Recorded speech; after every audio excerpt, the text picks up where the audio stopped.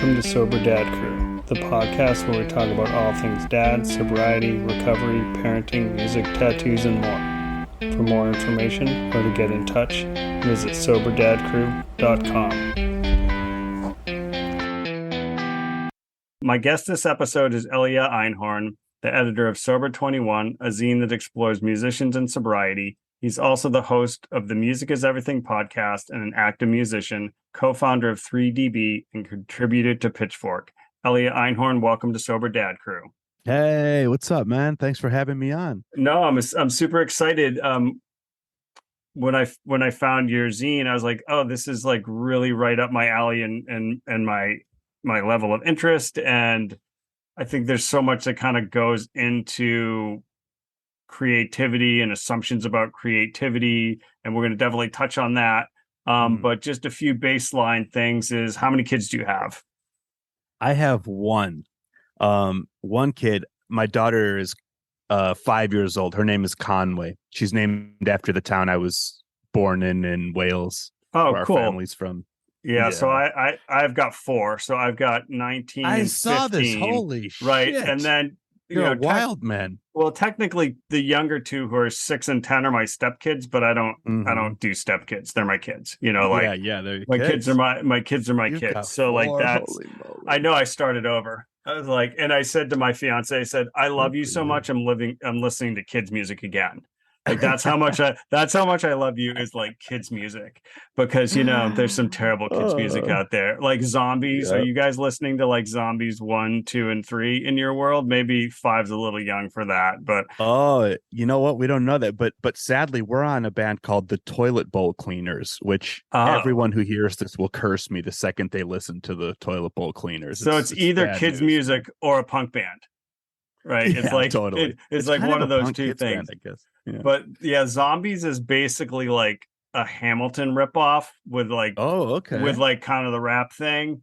But about zombies and aliens. I don't know. It's movies too. I don't know. It's just wild. So did you always want to be a dad? Was that like always a thing for you? It was always a thing for me from when I was little. Was it really? I think in my 20s, I was in a relationship and I always saw us having kids, me and that woman. And when we split I was in my late 20s at that point, I was very upset. And I thought, okay, that's it. I won't have kids and I won't experience that in my life. And that's okay. I had lots of other exciting things going on. And I always felt like, because my parents had divorced when I was 2, I always felt like I only want to have kids if it's someone I want to be with forever, But then when I was 29, I met the woman who's now my wife, and we've been married for 7 years, Amy. And she made it clear from the beginning that she wanted kids. And she really got me back on board, as we fell in love and I started to see a life together. I got really excited about having a kid again. And it's funny. I grew up as one of 4, and I always thought, just have one kid, one and done. It was my upbringing was chaos. And Amy grew up as an only child, and she always thought, I want my kid to have siblings. It's the grass is always greener, right? Yeah. I think I won this one by default, because once she had a kid, she was like, I don't want another one. This is chaos. I love this child so much. I have a perfect child. I'm done. Yeah. So right. If this one sleeps through the night, don't have another one, because the second one's not going to sleep through the night. Totally. Yeah. Can you just give me, like, we don't need war stories or anything, but just a little bit about your kind of sobriety journey? Was it before your kid was born, or after, and that kind of thing? It was, I've been sober now 25 years. So it was, I got sober 2 decades before she was born. I was on what I call the fast train, in that, the alcohol and drugs got me, within a few years, I was totally gone, and to the point where I thought that I'd lost my mind and was never getting it back. And I sort of share, when I talk to people about my early days of recovery or my later days of using, I share one story that kind of captures a lot of it for me, which is I was going to see the specials. This would have been in maybe 95 or 96. And I was living in Chicago at the time. And I'd taken a ton of drugs, different ones, few different drugs, and mushrooms, weed, and some codeine. And I started hallucinating on the train on the way to the show. And when the doors opened at the train station, I literally passed out on my feet and fell down on the platform, on the concrete platform, and smashed out huge chunks of my two front teeth and scraped my face up um and didn't get sober after that. You know, it was a friend talked to me and said, "You're going too far." And I said, "Oh, I'm fine. I just shouldn't have taken that combination." So that's sort of one story that maybe encapsulates a moment and gives you a little glimpse of what it was looking like. Yeah, yeah, and we're going to talk about Chicago later, which doesn't have anything to do with sobriety. But I lived in Chicago too for a while, so like we Nice. just have Oh, to touch great. on that. But so, do you do a program? Because I just stopped. I mean, in my first episode, sort of talk about that moment, and I was like, this road is bad road, and I just turned around. Good for you, man. Yeah, so I went to a rehab that was an outpatient rehab, intensive outpatient, and I learned a lot there. Uh some of it willingly, some of it I would say against my will. But I still stay in touch with my rehab counselor, Pam Cost. I actually called her when I turned 25 years sober in February this year. And I cried on the call. You know, I'm so grateful to her still after all these years because, you know, she follows me on Instagram or Facebook, and you know, like the fact that I have a career, the fact that I have this child, so much of it goes back to Pam helping get me sober in that critical time of crisis, you know. But yeah, I realized that the most important thing they taught me at that rehab was that I needed a sober community. And and so I'm still involved in sober communities today. Yeah. Yeah, I think that stuff makes a huge difference. I mean, I say all the time, like, if all you see is darkness, it's hard to see the light, and you Mm, need that community, and also the disease thrives in the dark, right? And I also believe yep. there's always a light at the end of the tunnel, but it can be super hard for people to see. So I just did this talk at an event in Ithaca, Recovery Rocks. I'm going on the board of this organization. They're starting a new 24-hour detox facility. I And listened to episode 2, man. What right, you yeah, guys so chopped it right, up Ben, about this is yeah, very powerful. yeah, and Ben was amazing. And the executive director of this organization, she said to me, "Wow, you put your sobriety up on LinkedIn." And I was like, "Yeah." And it was funny when I put it up last year because I was literally in this interview process for the job I have now. And I put it up and I had this moment of sort of panic, right? Like, and I looked at my fiance and then I was like, no, like if they're going to actually be negative about that, I don't even want to work there anyway. But it Hmm. was sort of this moment of like, oh no, I'm like successful. I'm almost 13 years sober, right? I built the career. And I really do say like all the really incredible stuff has like kept coming because I got sober. But I also need to like be public about it because what people see on the street and the assumptions they make about addiction and recovery, they're just not accurate.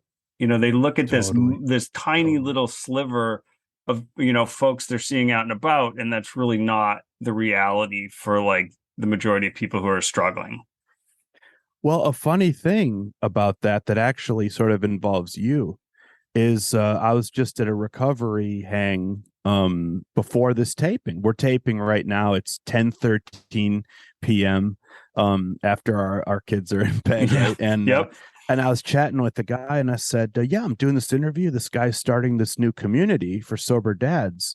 And the reason I think that's really cool is because I could have used this when I was having a kid because I was scared as hell after my own upbringing, you know, and I was saying it goes back to the if you see it, you can be it. You know what I mean? Yep. And so yeah, it was just literally just a couple hours ago mentioning uh how I think this is an important thing along that same line. It is, and I think, in general with dad stuff too, like there's a lot so much, it seems like there's so much more sort of mom support stuff out there that just even sobriety or not, like the dad community. I think it's maybe sort of the nature of masculinity also in our Mhm. culture, and men not wanting to like ask for help or really be open about their emotions, which probably also does like, tie into the notion of addiction.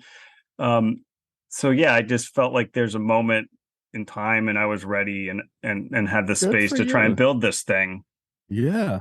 Well, and I wouldn't be surprised if like somebody at your work at some point comes up to you kind of surreptitiously and is like, "Hey, I know you're sober.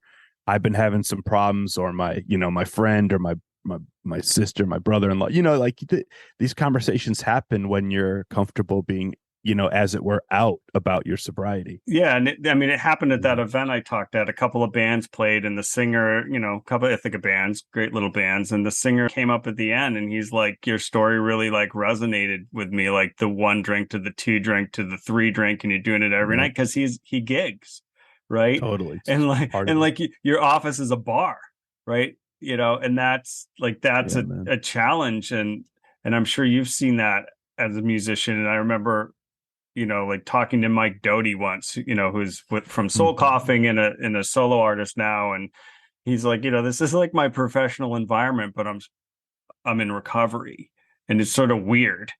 It's wild, man. I mean, that's so much of why I put together Sober 21. The idea was there's a book that AA published some years back that I read early on in my sobriety. I don't know where I came across it, but it was very powerful, which was called Living Sober. And it's sort of like day-to-day practical guide of like, if you go to a party and someone offers you a drink, here's what you do. I was like, my man, I'm so glad they published this. This is awesome. And I thought, why is there not one of those for music when we have to live as sober people? We have to live in bars and clubs, like all the time. I mean, sometimes a couple hundred nights a year, right? If you're hard touring. Yeah, So, which is how so you make a living, right? I mean, exactly, that's how you make money. So, put together Sober 21, where it's like musicians with sobriety sharing their experience for musicians who are new to sobriety or sober curious, but it's not just for musicians. I mean, it focuses on that group, but it's for anyone. And, thank God some amazing folks joined on. oh Like no, I was like, wow, Moby. you got some fucking cool people on Yeah, that. I was yeah. like, wow, Now and people, Rogers. yeah, Yeah, right, and people I didn't know, like Nile Rodgers, like I didn't know that, and yeah. that was like very cool. And and when you have like a variety like that, you get a different sense and a broad sense. Like everybody's like recovery story is different. I mean, there is that thread of recovery and that thread of often of like rock bottom or whatever, but Hmm. seeing sort of the different ways people have sort of come to recovery, I think is important, and how they maintain it. Totally, totally. There's as many different stories as there are sober people, right? I mean, yeah. And I think there's another like interesting part for creatives. And I remember seeing an interview with Jeff Tweedy, and he was talking about like Hmm. the myth of like the dark, struggling, like brooding creative. And his response was like, no, I was creating like in spite of all that. He said Mm, like the I best like that. part of me was like coming out, but I think there is this notion of like how to be a creative, and you have to like have this like dark struggling existence, which I just think is really terrible and a myth. Yeah, yeah. Well, I love that, and I mean, I've been blessed to work with Jeff Tweedy many times, and most recently, I guess it would have been I hosted. Well, he was on my show Listening, which just came out a couple weeks ago. But the last time I saw him in person was at Pitchfork Fest this year. I was hosting the interview stage, and we had him on, and I gave him a copy of Sober 21, because we've talked over the years about his sobriety. When I first met him, he was just getting sober, and it's so fucking cool to see, like, that here's a guy whose kids adore him. Yeah, yeah. He's like, I mean, I really can't think of. I remember I hosted him on a Talkhouse podcast episode, and I wish I could remember who he was talking to, but I remember. Oh, I think it was Abby Jacobson, from Broad City, And I remember her saying to him, you make me want to have kids.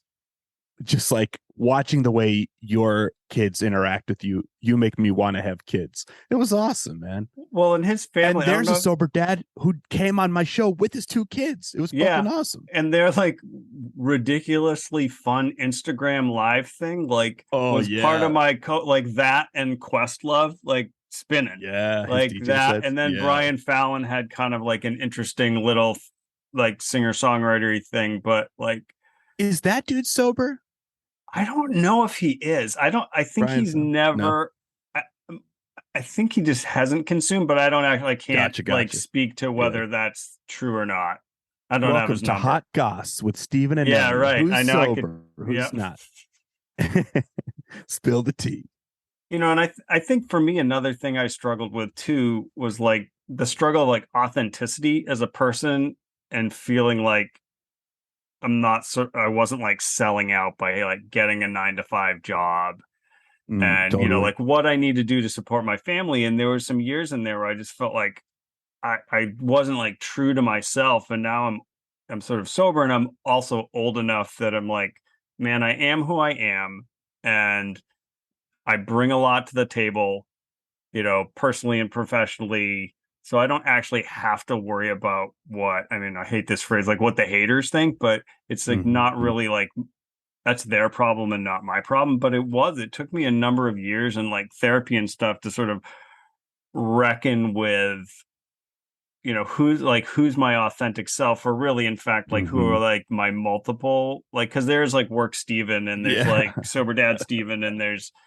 all that. So I think absolutely. we have sort of multiple authentic selves and sometimes that I think feeds this like struggle and challenge around like understanding yourself and it's easier to kind of just block it out. It is. And I mean, you're talking about stuff that like is sort of part of sobriety, but also I know people have to deal with outside of sobriety. It just, we sort of have maybe a more specific lens with which to view it. But I mean, there's part of our stories that it's like, if we were shoveling shit off the streets, it's still a miracle that we'd be alive. You know what I mean? Yeah. After after the stuff we've been through. So it's a blessing. Yeah. Right. But it's funny. I remember my own dad, he's been gone for a few years now, but a little bit before he passed, we had this great conversation where we agreed that he should care less. Sorry, I should care less about what people think about me, and he should probably care more what people thought about him, because he was sort of this, like, sometimes he could be this sort of irascible, gruff person, and we had a laugh realizing that it's totally true. It's difficult for me Yeah. to, yeah, man. And you got to like I feel you find on that that. balance, Yeah, totally. of all that. Do you ever feel tested in your sobriety, or is like for me now, 13 years, I have zero interest when I wake up and having a drink. Like it's just not even a blip for me. Yeah, that's a good question. I very rarely do. Very, very rarely, actually. It's been over a decade since I really felt like I wanted to drink, and that was, even that was a very rare moment at the time. But and only lasted thankfully for a few minutes. But it's for me, it's not so much about not drinking or using on a day-to-day thing. It's about working on myself, trying to be the person who, like, the husband I want to be. I own a small business with my partner Mark, and sort of the coworker that I want to be, the boss that I want to be, and the dad that I want to be. And I find that stuff difficult enough. Thank God that the desire to drink and drugs been lifted. I mean, boy, I can't imagine doing this stuff with that. My son, I guess, was like 7 and my daughter was 3. So like they also have different experiences and memories of that because she was too Yeah. young to really remember. And he Um probably has a fuzzy recollection of yeah, and some he has weird some sort of recollection of like of tensions. And that was like when my marriage to their mom was falling apart, we sure. actually have like we co-parent together. Awesome. That's like a whole nother like episode and topic. It was like Mhm.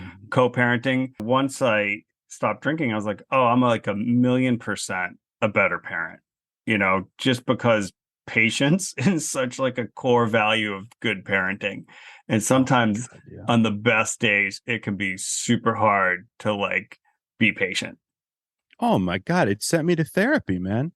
The fear of becoming a dad and the necessity to cultivate patience literally sent me to therapy. Back to therapy. I'd already been in, Yeah. I But mean, did you have like lifestyle adjustments? Because I sort of have had sort of oh a God, fairly like yeah. traditional work schedule, though for a while when my son was 3 to 4, I worked at the State Theater in Ithaca. And I was getting home. It was like musicians' hours, except I also got there Hmm. early in the morning. So I was getting home at 1 or 2, 3 in the morning, and he's Yep. like waking me up at 6 a.m. because I wasn't there the night before. Oh, it's so So real. right. So then that adjustment to of lifestyle. So then I sort of had more traditional like 9 to 5 kind of gigs, which was a little easier. But I would imagine if you were like gigging a lot and doing all that stuff, all of a sudden you're like, oh, wait, my schedule is totally like upside Yeah. down. It wasn't even so much gigging at that point in my life that I'd pulled back on that. But my career is sort of on the other side of the mic, which came from gigging and playing in bands. As a host, was in full swing and really busy, and I'd always kept musicians' hours. I'd been a musician playing out since I was 17, and I always worked in the service industry when I was younger. You know what I mean? So like no matter what I was doing, whether I was closing a restaurant or a bar, and this is sober, I was like a bouncer for a while at a venue, or playing a gig, I'd be going to sleep at 5, 6 in the morning. So having a kid, it was a fucking huge change. Oh my God. I'd never had normal work hours in my life. And I was 37 when I had Conway. So Hmm. all of a sudden I put a what I tried to keep a strict regimen on my work hours, which is 10 a.m. to 6 p.m., which is sort of like music industry hours in New York. Right. Yeah. Not too But early. Jesus Christ, was it difficult, man. Fucking hell. I mean, and I still sometimes like, wake up with her to get her to school and I think this is insanity. Yeah. I mean, my How alarm do went off people at do 6 this? this morning. I was like, I am Yeah, like so tired. I don't want to be up like right now. totally. It's like dark Absolutely. out again at that hour. Absolutely. Well, and I then when don't they're know. babies, Yeah. you just don't like, you don't sleep. No, you don't Like sleep. You don't sleep. you're just like this wacky sleep schedule. And that, and that actually, I think for me fed into some stuff with depression. It's just like, wasn't getting enough Yeah. sleep and like the mental health component of that, which, I think there's so much to talk about with like men and mental health and like lack of understanding Hmm. and lack of like what depression looks like in men is like can be really different than women. And Absolutely. there's just like not a lot of communication or understanding about what that is. Yeah. Well, and also, I mean, just, access to resources. I was so lucky that, at that point I'd started um doing well enough to be able to pay a therapist who was good out of network, because the ones who were in network were mostly shit and you couldn't get an appointment with them. And that's sort of a problem we have in New York, and this wasn't the case in Chicago, I should say. So you have listeners in other places, Yeah, but in New York, most of the experienced therapists stopped taking insurance. It's a real problem. 100%. So And yeah, try and find a therapist for an adolescent, right? Like really hard, yeah, let totally, man. alone adults. And it's you'll go through an agency and the best ones leave. And then Yep. they're not paneled. They don't take insurance because it's hard to do so. And then you're talking $150 like out of pocket. So then, Yeah, I exactly. touched on this with Ben is like the notion of like capitalism and how horrible our health insurance system is in this country Hmm. for like people who genuinely need help. It's just not easily available. Absolutely, absolutely. I mean, I always say, like, when people ask me, they're like, I need to get sober. It depends what they're coming off of, if they need to go to detox or Yeah. not, and what their how their body is addicted to it, because it can be really dangerous, Yeah, yeah. opioid and but I also say, like, you know, uh, one great thing about AA, and there's many. I mean, I send everyone to AA if they are open to it. it's free. Yeah, yeah. It is free. Like somehow, the founders of AA figured out a way to make a program that was free for people who are often hitting bottom at a time when you don't usually hit bottom when you're at your economic Right. high point, right? It does kind of hurt Yeah, there certainly are those like functional folks out there. I mean, I never yeah, miss a yeah, day of work, right? So there certainly are functional people out there, but a totally. lot of people for sure it takes you out because everything is focused and built around getting Yeah, the next fix of whatever your chosen like poison is. And totally. yeah, and so like, in Ithaca where I'm, broadly based out of right there's 518 and it's there and there's just meetings there and there's a small group of people who've like found out how to buy that building or it's Oh, church that's cool. basements, right? There's a lot of like Mhm. community resources there, but it's free. And Yeah, then that's like it's sort of an incredible component of that. it's an incredible thing. All right, so we're going to pivot because I was in Chicago from 1995 till 1998. I lived in Woodlawn.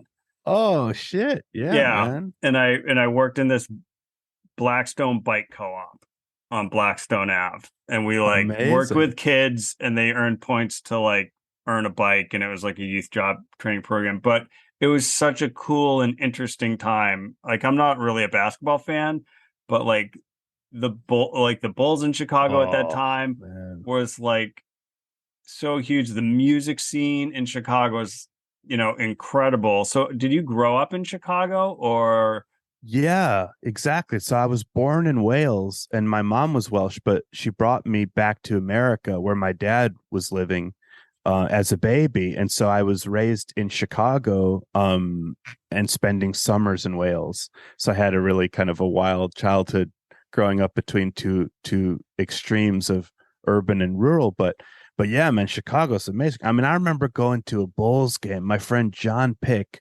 somehow got tickets like for like the fucking front row on the court. This would have been like 93 or not, yeah, 94, 95. And I remember hearing Jordan, like, you can hear the shoes squeak. You can hear him yeah. yelling, give me the fucking ball, give me the fucking ball. It was incredible. And then, yeah, like going to punk shows at the Metro, that was formative for me. That was extremely formative for me. The Smashing Pumpkins were the first show I ever saw. I want to say it was December 10th, 93. Siamese Dream Tour.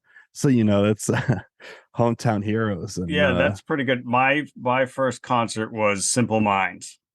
there you And of go. course, there's only really one song that anyone knows by Simple Minds. Nice, Right. And yeah. it's Don't You Forget About Me. But it's like That's a back when you had classic, man. lighters, and like the Oh whole thing, yeah, that was like, I don't know, 84 maybe. it's But this awesome. great band, The Call, opened for them. They were like they Oh were yeah, way they were better. great. They were great, and they've kind of. I think the guy passed away actually. But they were like this great little band, and then I saw them at this like little club in like the beach. I grew up in Maine, and this and the Oh beach in nice. Maine, and they were great. But I remember being on the bus coming home from work or something in Chicago at one point, and people were like, bus driver, hurry up. Like the Bulls game's going to start. And that bus driver was like flying. I was like, I'm going to die on this bus today so people can get home and Yes. like watch the Bulls game. Oh But I my was like god. with my son, watched that, the documentary, and it was a super just Yeah, interesting time in this time where one of those first moments of like sports and culture really mixing the way it feels really natural now, but it totally. wasn't then. But Jordan really was at the forefront of that, the shoes and the whole like Oh my connection. It god, really yeah. and it all kind of Air started in Jordans. Chicago. It's just yeah, Chicago's Yeah, like man. it's such a great city. But you're in New York now, right? I am because Pitchfork moved out 10, 11, 12 years ago now. And they moved the editorial team out here. And my wife's been with Pitchfork since almost the beginning, since there was only, I think she was their fifth employee. So although I'd met Ryan Schreiber, the founder, very early on, maybe like a couple years after they founded it, I wasn't working for Pitchfork at that point. So her job brought her out to New York, boy, 10 years ago. 10 Mm-hmm. years ago, I'd say. Yeah. I mean, you can't Ryan really had already complain about moved New out. York, right? I mean, What's that? you can't really complain about New York City either. I mean, No, it's amazing. And you know what's funny? I always thought, because I'd been touring for 10 years, and I always thought you go to New York, you play, you have a great time, you get the fuck out, you know? And moving here was sort of a reset for me in a lot of ways. You know, I was just I suppose I was 32 at the time. And it was I was sort of spinning my wheels in Chicago a little bit, you know. Things were fine, but nothing was new, nothing was exciting in the same way. And coming out here really changed a lot of that for me. And of course it makes you appreciate things about your hometown that you don't realize when you're there as Yeah, well, yeah. All you the know. things you don't do when you're like living in the place. You're like, oh yeah, I never went to that museum because I lived there. And you get to Totally. some world-class museum. Yeah, and I think sometimes you do have to just kind of shake things up, right? Maybe not totally Yeah. burn them to the ground. Sometimes that's not a bad thing, but sort of shaking things up when you feel stuck. I mean, it's funny. My dad's like, "Have you worked for every business in Ithaca?" I'm like, "No. If I don't feel challenged, I'm going to look for something else." Or honestly, in Yeah. this world, a lot of times if you want to advance financially and you're working at smaller businesses, there's really no, you hit the There's not top, so you upward got, mobility. yeah, Yeah, you're like, yeah, oh, above me is the owner. So then yeah, you sort of like, totally. where do I go? I gotta pivot. Yeah, My dad yeah. also worked at like one company for maybe not all his career, but most of it, right? And those days To seem quote really Lou Reed, gone. those were different times. Different times, yeah. And I think my dad doesn't always understand my resume. Um, Yeah. but that's sort of neither here nor there. But just to contextualize it with sobriety, I mean, no matter where I've been, there's an awesome sober community, you know. In Chicago, it was so strong. In New York, it's incredibly strong, you know, and where I've traveled around the world, I've met up with people in Chile, in Wales, of course, and all over the UK and in Europe. And, I celebrated 23 years sober in Delhi, in That's cool, fucking right? New Delhi. Yeah, it was amazing, man. It was like the coolest experience. These guys, celebrate my anniversary with me that I'd never met before, and it was a wonderful thing. Right, and I think We're that everywhere. right. Sober folks are everywhere. And it really is more, I think, in the music scene is more open. You can go to shows, like it's not all always about grabbing a beer. You can find sort of like-minded folks. I mean, I And hate it's funny. fish, but even Yeah. fish has like a sober community. Yeah, totally. One of my great friends is really involved with them. I think they're called the Family. Is that right? Something like that. Not to PH, of be course. confused with And they Charles Manson's family, but No, right, right. Yeah. And the Grateful Dead had the wharf rats that still do that. You'll laugh, man. It's funny. I definitely felt more self-conscious about not drinking earlier on in my sobriety, not, like not holding a beer, as it were, Um, I was at a barbecue over what was the most recent holiday? It was Labor Day, I guess. I was out at my sister and brother-in-law's house, and my brother-in-law Ben was grilling, and I was hanging out with their neighbors. They all came to the backyard, and we were just bullshitting and chatting and throwing cornhole, and it was just fun talking. And as I was getting in my car to drive back to Brooklyn, one of the guys says, "You okay to drive?" And it was really thoughtful of him, yeah, just to put out. I'm not making fun of him. He was like, "You okay to drive, man? I know we've been drinking a lot." It's funny because he'd he had a didn't few even know. beers. He didn't Yeah, even realize that I'd just been drinking like seltzer and Diet yeah, Coke the whole time, for the last few hours we'd hung out. So, it's funny. People notice less than you think. And the ones that notice, I often find, are the ones who are thinking too much about it themselves. or no, Yeah, yeah, they know maybe they exist on the other side of the line, and then so you exactly. represent what they're kind of Exactly. Yeah. their struggle and their fear around that. I've certainly seen that in like my work world a Yes. little bit, and it's sort of interesting in sort of a traditional like professional context of going to conferences and doing these things. And there's a lot of times a lot is built in there around going to the bar after the conference ends and doing that. And so that's a whole another world and conversation. I think is part of this is how in the work world do you deal with sobriety, so people feel comfortable being open about it. Hmm. Absolutely. But Absolutely. And the way I try to do it now is with as little judgment as possible, hopefully none. is what I want them to feel. Zero judgment, that they can do their thing, I can do my thing, and if they ever need advice, I'm open to it. You know what I mean? And I've found a lot of folks have touched base with me privately because of that attitude. Yeah, no, I'm and not an evangelist. yeah, no, I just try and sort of, show my life as a good example, but I 100% agree. I mean, judging people's not going to get you anywhere. And then just sort of showing like the good that comes out of it and like the positive things in your life and just being willing to like hear people and listen and being public, right? Not evangelizing, but just Mhm. not being ashamed of being in recovery. I think there was some generations where older generations, you didn't talk about it because people would just think you were the drunk, right? Like sort of Mhm. old notions of people, with issues that you actually were never going to sort of become whole again and live a productive life. And I think that I think and I hope we're moving away from that. I think that slowly but surely we are. The representation has changed so much, just so much, and there's a lot of work to be done. And especially, I will say, America has many problems, but I will say I think America is one of the most progressive, or the most progressive country about recovery that Hmm. I've had a chance to spend significant time in, which, like I say, is a number of countries where I've experienced their sober communities, and Yeah. it's really something special here. And I feel like if America has one good thing for the world, that might be it. Thank you for coming up with one because we've had some dark times recently, um, Yeah. in the Yeah. good old US of A. Sobriety. I don't know. I guess it gave us the magnetic fields, that, Right. but Yeah, yeah, there's some right. man, We have a few good bands in the it US, right? One or two that have come out. So gave us Kendrick Lamar. But yeah, man, I think it's changing. I think it's changing. And, coming out of the closet about being sober is kind of a scary thing in some ways, because you're always going to have someone who asks you an uncomfortable question, or, you wonder if maybe you're losing an opportunity, sort of like you had that moment on LinkedIn. Am I losing an opportunity?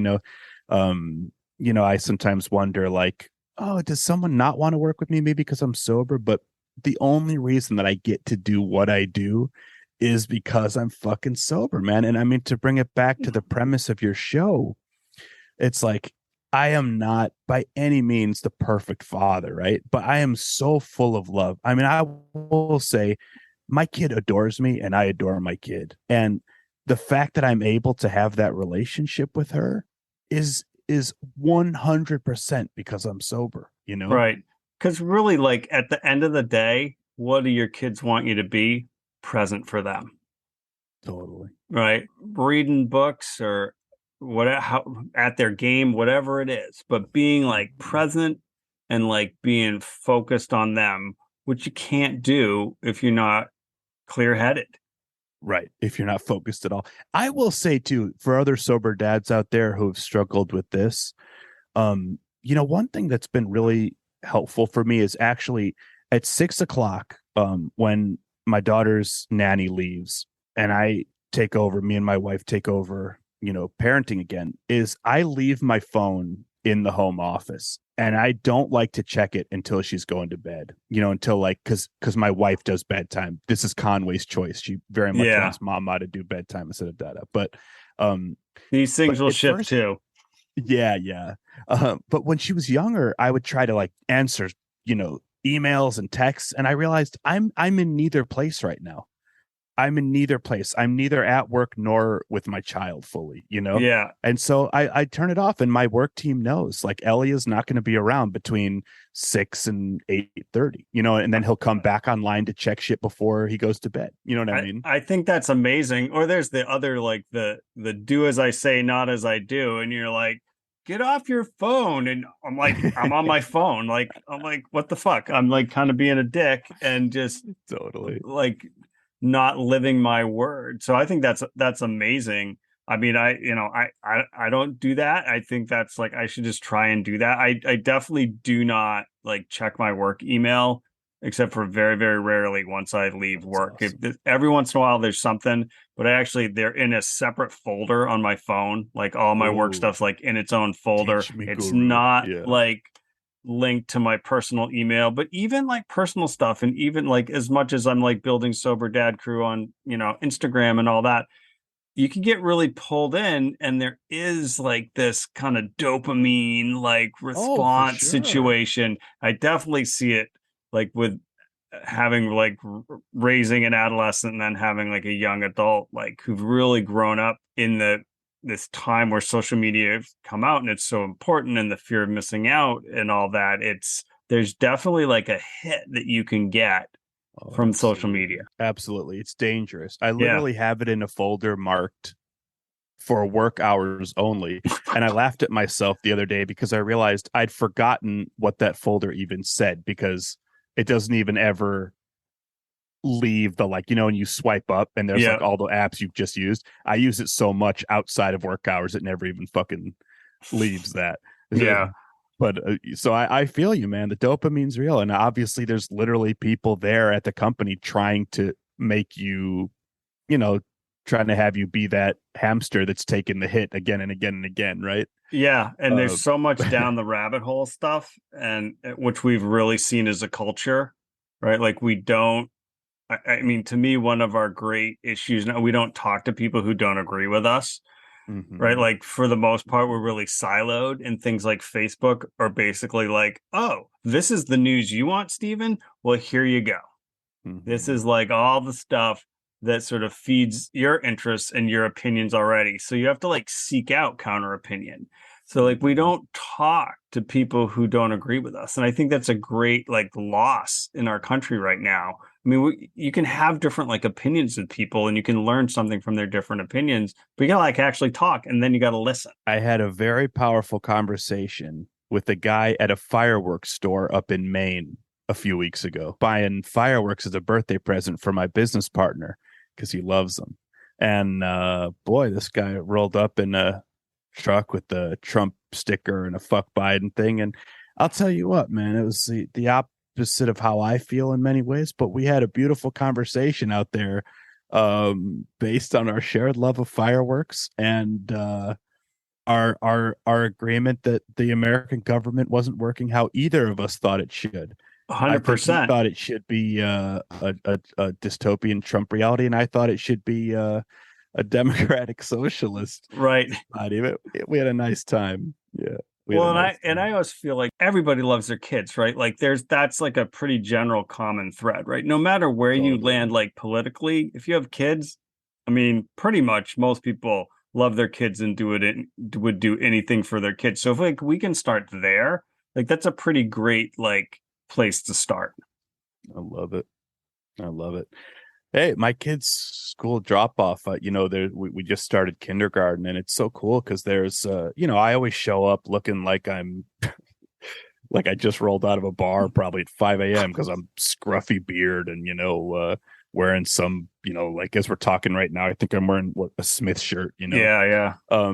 And then there's this dad who has like a tattoo on his face, and then there's a woman who wears a burqa, and like it's just like there's like this great hodgepodge of society all just shooting the shit while we drop our kids off. I love it. And that to me is like the America I want, right? Is like Oh, just this absolutely. big like all kinds of people from all kinds of places. Like that to me is the promise of America. And did you listen to the Springsteen and Obama kind of podcast at all? I didn't, although I'm a big fan of each of them.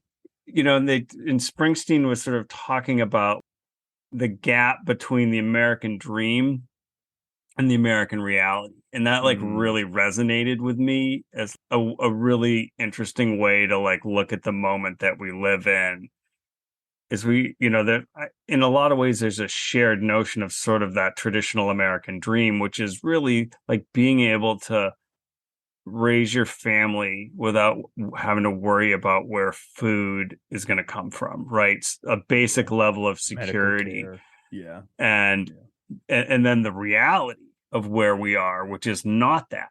and like to your point with like the fireworks guy, people have a lot of different opinions of like maybe how to fix that, but it's that finding that space in that gap, I think, is maybe where we're going to find some change or some ability to like pull people back together. And we have different feelings about it, but like most people want that, I feel like, want that gap closed.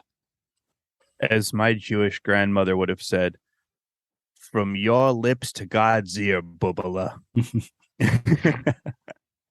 That's awesome. And that's probably an awesome way to like wrap things up. Thank you so much. This was like super fun. And Oh, thank you, man. This is beautiful. You know what? If you see it, you can be it, right? And like I'm telling you, I wish there had been a sober dad community that I knew about. Maybe there was, but it wasn't in a podcast, at least that I right. saw when I was afraid of having a kid in those Yeah. early years. Yeah. So good work, man. Yeah. Well, Thank you. awesome. Thank you. Thanks for listening. For more information, for links to any music or books we talked about, or to buy some Sober Dad Crew merchandise, please visit soberdadcrew.com.